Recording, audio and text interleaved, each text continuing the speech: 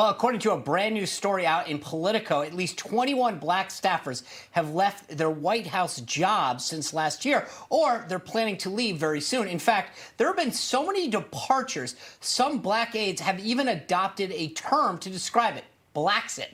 Well, here to break down his findings is the author of that piece, Politico's White House reporter Daniel Lippman. Daniel, good to see you. Can you explain what's going on here and what are the reasons that you got for why people are leaving the White House? So I found that since late last year, at least 21 black staffers have left the White House or are planning to leave soon, as you said. And what we found, that started with Simone Sanders, who got an MSNBC show. And of course, there's varying reasons why anyone leaves a job. But from the current officials I talked to, three black current White House officials, they described an atmosphere where they were not supported enough by superiors, that it was hard to get promoted. And they said it was kind of a tough work environment in terms of finding mentors for them. And they wanted to rise up a little bit in the White House. If you're starting at a junior level, then it's important that you kind of get those titles, you get more experience instead of, in a more junior role.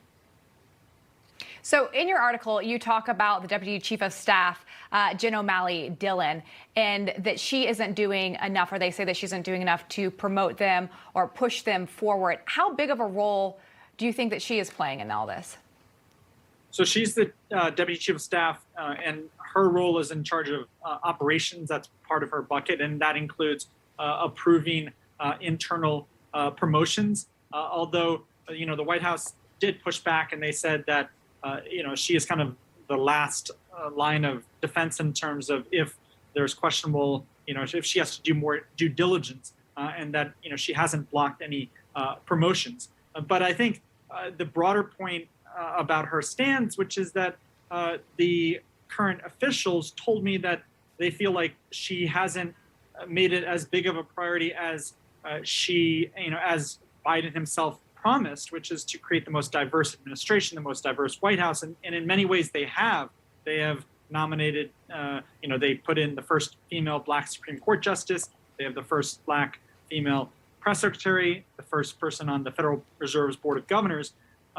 But for the people at a more junior level, they feel like they have gotten short shrift, and that the priority, on the emphasis on issues that are important to the black community has kind of faded as the Biden administration has faced lots of hurdles in terms of getting its agenda passed. It's interesting. They've made race such a big deal there. It's kind of almost like live by the sword, die by the sword. But Daniel, I want to talk about another story that you broke last week. It has to do with former Trump advisor Corey Lewandowski, who was shunned by one of his clients, South Dakota Governor Kristi Noem, right? September of last year, these allegations that come out about sexual impropriety, unwanted sexual advances toward a major Trump donor. Everybody shuns Lewandowski, says he's not affiliated with the campaign anymore. His clients drop him. You broke that he is now back in good with Governor Noem of South Dakota. What is the situation there? Has everything been cleared up? Is it just, hey, there's been enough time gone by? What do you know? Well, in politics, people have short memories, and so I think they they were working closely together last year until these allegations came out. And then more recently, what I found is that, they've been spotted together at political events in California.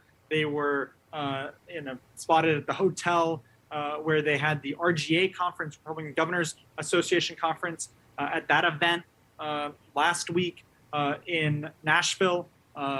There is kind of a feeling that, she's back in the fold, and they didn't dispute the story. And so they did not actually, they didn't respond when I asked them for comment.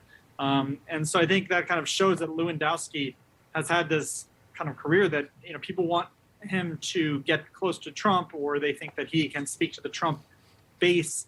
And so that's why someone like Governor Noem, who has her eyes set on 2024, that is why she's kind of brought him back. Interesting. So real quick, these aren't because the allegations weren't disproven. In their opinion, it's because what he brings to the table is more valuable than any of these yeah, allegations? They're willing to kind of take the negative press hit because I think they value his advice and his connections. You know, he helped connect her to different major Republicans late last year, and I assume that he's doing the same right now. All right, Daniel Lippman, always appreciate you coming on. Thanks for breaking down your stories guys. with us. Of course. All right.